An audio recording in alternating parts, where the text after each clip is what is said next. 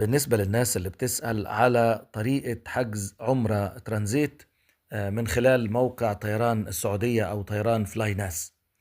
أولا الطريقة بالتفصيل، هندخل على موقع طيران فلاي ناس. أول حاجة هنعملها حجز وجهات متعددة، هنختار وجهات متعددة، يعني مش ذهاب ولا ذهاب وعودة، لا الطرف الثالث وجهات متعددة. الرحلة الأولى هنحجز من القاهرة إلى جدة أو إلى المدينة، واحد من الاختيارين. يبقى من القاهرة إلى جدة أو إلى مدينة، المكان اللي أنت محتاجه.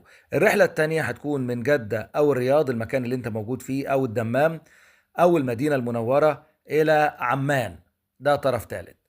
بعد إضافة تفاصيل الركاب ودفع ثمن التذكرة، سيتم فتح التذكرة مباشرة وبها رابط الحصول على تأشيرة المرور، فبنملأ بيانات التأشيرة.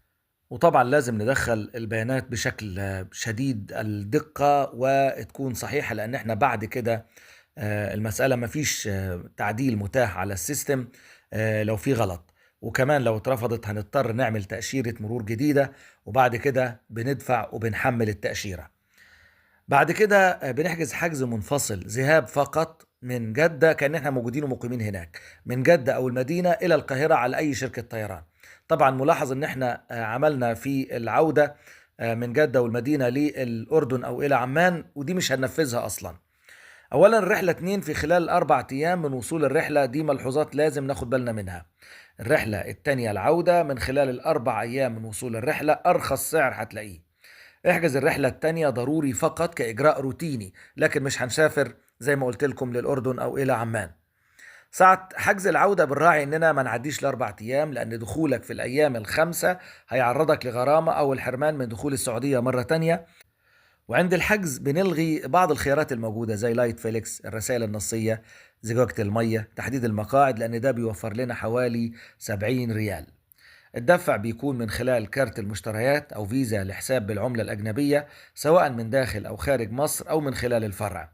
الفرع بتاع فلاي ناس في مصر عنوانه القاهرة، الدور الثالث، 20 جزيرة العرب، المهندسين، الجيزة. غير متاح الدفع بكارت الخصم الفوري. الوثيقة هي جواز السفر، رقم جواز السفر مكتوب فوق على اليمين بيبدأ بحرف الايه. ضروري جدا اختيار الجنسية المصرية، عشان في ناس بتنسى وتسيبها سعودية، عشان كده مش هينفع يطلع لك تأشيرة، فانت لازم تكتب في البيانات الجنسية مصري. وضروري جدا كمان تحتفظ برقم الحجز صورة على الموبايل. بعض الملحوظات: بنختار جواز السفر عادي، نعم أرغب بأداء عمرة، صلاحية التأشيرة 90 يوم، مدة الإقامة 4 أيام، الصورة لازم تكون 200 في 200 بيكسل وحجم أقل من 18، ودي نكون مجهزينها من بدري. متطلبات السفر والأسئلة الأمنية بنسيبها زي ما هي.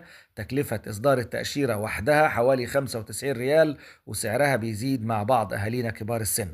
لو التزمنا بالتعليمات دي كلها بالظبط، كده حضرتك معاك حجز سليم 100%، يشمل الوجهة الثالثة والتأشيرة.